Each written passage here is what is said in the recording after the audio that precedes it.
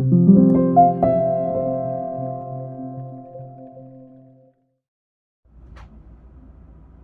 there, I'm Jenny Harvey, one of the registered nurses with the Stratford Family Health Team. Welcome to the Healthy Heart presentation. What we're going to do today is to chat about the heart, the risk factors for heart, and the lifestyle factors of what we can do to help to reduce our risk for heart disease and cardiovascular disease. First and foremost, the heart is a super important organ within our body, essentially this big sucker here. It's about the size of your fist and sits in on the left, just to the left side of your chest there.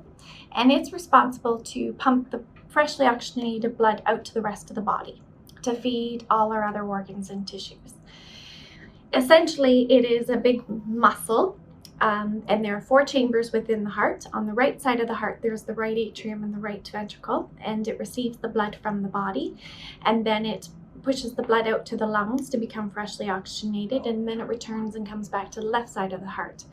And then from the left atrium to the left ventricle, and then it's the left ventricle that's responsible to pump that blood out. So it's the biggest chamber within the heart. There is an electrical system within the heart to actually keep it pumping. There is also a mechanical system. There are valves between the chambers to try and keep the blood flowing forward. There is also what we call coronary arteries, which is actually what feeds the heart itself with freshly oxygenated blood, and it's those little arteries here. There's typically 3 main arteries, and we want to keep those nice and clean and open. If someone develops heart disease, or atherosclerosis is the fancy name, what can happen is this plaque buildup within here, and we can also develop clots and inflammation within the artery as well. And you can imagine once that happens, the blood flow has difficulty getting through to actually feed the muscle of the heart. And if that happens long enough duration, what can happen then is if there's damage that occurs to the muscle of the heart or the heart itself, then that's considered a myocardial infarction or a heart attack. So we want to prevent this from happening, okay? So what are the risk factors for cardiovascular or heart disease developing? Just getting older is a risk factor. Men are more likely than women until women hit menopause, and then we're on the same risk level as men. If you're over the age of 30 and you've had diabetes for 15 years or more, or if you have prediabetes or diabetes in general, there's an early family history of cardiovascular disease in immediate family members. So that means if you have a mom or a sister before the age of 65 that's developed cardiovascular disease, so a history of heart attacks, heart disease, strokes, or a mom or a dad or a brother that's developed cardiovascular disease before the age of 55, that's considered early. So that can potentially mean an increased risk for yourself, in which case the docs are a little more picky about where they want to see your numbers to help to reduce your risk. If there's a family history of abnormal cholesterol, that is a risk as well as chronic kidney disease. There are some things we can do to reduce our risk and things that we can control, such as, and this is to an extent, our cholesterol levels, our blood pressure, our blood sugars, whether or not we smoke, what our current stressors are, and whether or not we're active, and ultimately what our food choices are as well.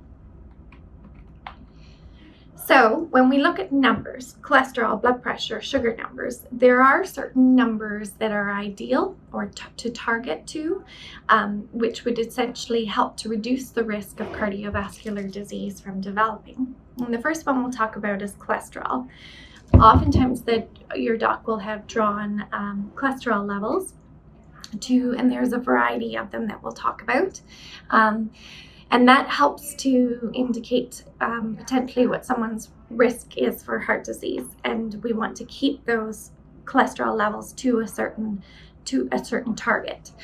The first one we're going to talk about is LDL, or low density lipoproteins, which is our bad cholesterol. It can form the plaque, the atherosclerosis on your arterial walls. Ideally, we want to lower those LDL levels as much as we can. Another one to discuss is high density lipoproteins, or HDLs, or good cholesterol. It's kind of like the oil in the engine. It helps to remove the LDL from your arteries, and ideally we want to have as high as LDL or HDL as possible. Another one to discuss is triglycerides. That is a type of fat that's found in the blood that is also measured. Higher triglycerides can put us at greater risk for developing heart disease, and ideally we want to aim for low levels of triglycerides. Another thing that we like to look at to ensure that someone's risk is reduced as much as possible is blood pressure. You can imagine our little arteries are like little garden hoses, and if we're trying to ram water through those garden hoses, it can damage the inside lining of those garden hoses over time. And then the process of the atherosclerosis, or the damage inside there, to lead to the plaque buildup is much more likely to occur. The other issue with blood pressure is if our heart is constantly pumping against a high pressure, it can actually alter the function of the heart muscle itself and the heart within the heart. So again, we want to try and keep blood pressure to a certain target to help to reduce the risk of damaging the heart and damaging the heart vessels as well. Where do we want to see your blood pressure? Most people, including those with kidney disease, ideally we would like to see your blood pressure in the doctor's office less than 140/90. If you have a home blood pressure monitor and you can check it at home, ideally your blood pressure should be less than 135/85. If you are over the age of 80 and no other risk factors, ideally we would like to see your blood pressure less than 150/90. And for folks with diabetes, ideally we'd like to see your blood pressure less than 130/80. And again, those are readings in the doc's office. And just a reminder, the top number of your blood pressure is the pressure in the arteries when the heart is pumping, and the bottom number is the pressure in the arteries between beats when the heart is relaxed, and they're both important numbers. Ideally, it's helpful for the physicians or your family doctor to have other blood pressures besides the blood pressure that is just in the doc's office, especially if you have borderline or high readings in the office. So sometimes they refer you to us, where either myself or one of our other registered nurses with the Healthy Heart Program, we check your blood pressure in the office, check it a few times. We've given you a chance to sit down and relax first, and we would also leave the room while we're checking as well. Sometimes we get better blood pressure readings than what you would otherwise have in the doc's office.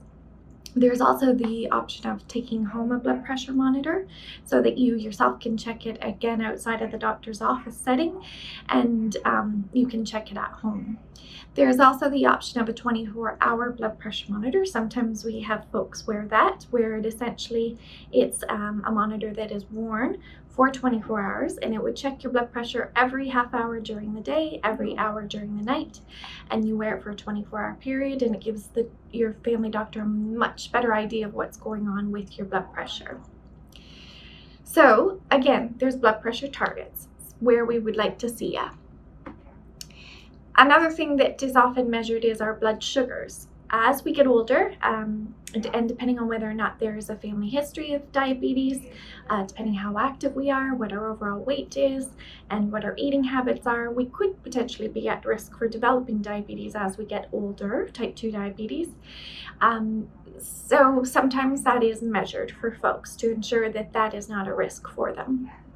If you've ever had your blood sugars measured, your HbA1c or glycated hemoglobin, ideally it would be to have a measurement of less than 6%, which would indicate no diabetes. If there's a 6 to 6.5%, that's considered prediabetes, and over the 6.5% is considered diabetes. Some diabetics are asked to get that checked every 3 to 6 months to ensure that they're remaining within their target. Some diabetics also actually do their own finger checks, particularly ones that are on insulin or may have be at higher risk for low blood sugars, in particular where they want to keep a closer eye on things. If you're wondering where your sugars are at or whether or not it's ever been checked, just chat with your family doctor to see where your numbers are with that. So what can we do? So in order to help your blood pressure, sugars, cholesterol numbers, if you've been prescribed medications, it's important to take those medications and remain on those medications. There are also some lifestyle things that we can do to additionally help reduce our risk, such as quitting smoking, managing our stress, being physically active, limiting or no alcohol, and making healthy dietary choices. So I'm just going to chat with you about the first few things there. So with smoking, of all the things that you can do to help to reduce your risk of heart disease, it would be to stop smoking if you currently are. 8 hours after your last cigarette, your chance of having a heart attack decreases. 1 year after your last cigarette, your risk of having a heart attack will drop 50%. 10 to 15 years after your last cigarette, your risk of having a heart disease will be the same as someone who has never smoked. It is difficult to do though, and there are smoking cessation programs available with the Stratford Family Health Team. You just have to let the front desk staff know, and they will connect you with one of the registered nurses where we can provide counseling. There's also a program in place where we can provide free nicotine replacement to help to aid in the withdrawal that can happen when folks try and quit smoking. There is also a couple different medications available, and those will ultimately be prescribed by your family doctor, but again, they can aid in your ability to quit smoking. So give it some thought if that's something that you do. And again, it is one of the biggest things that you can do for your overall health and to help to reduce your risk. Another thing that impacts our risk for heart disease is stress.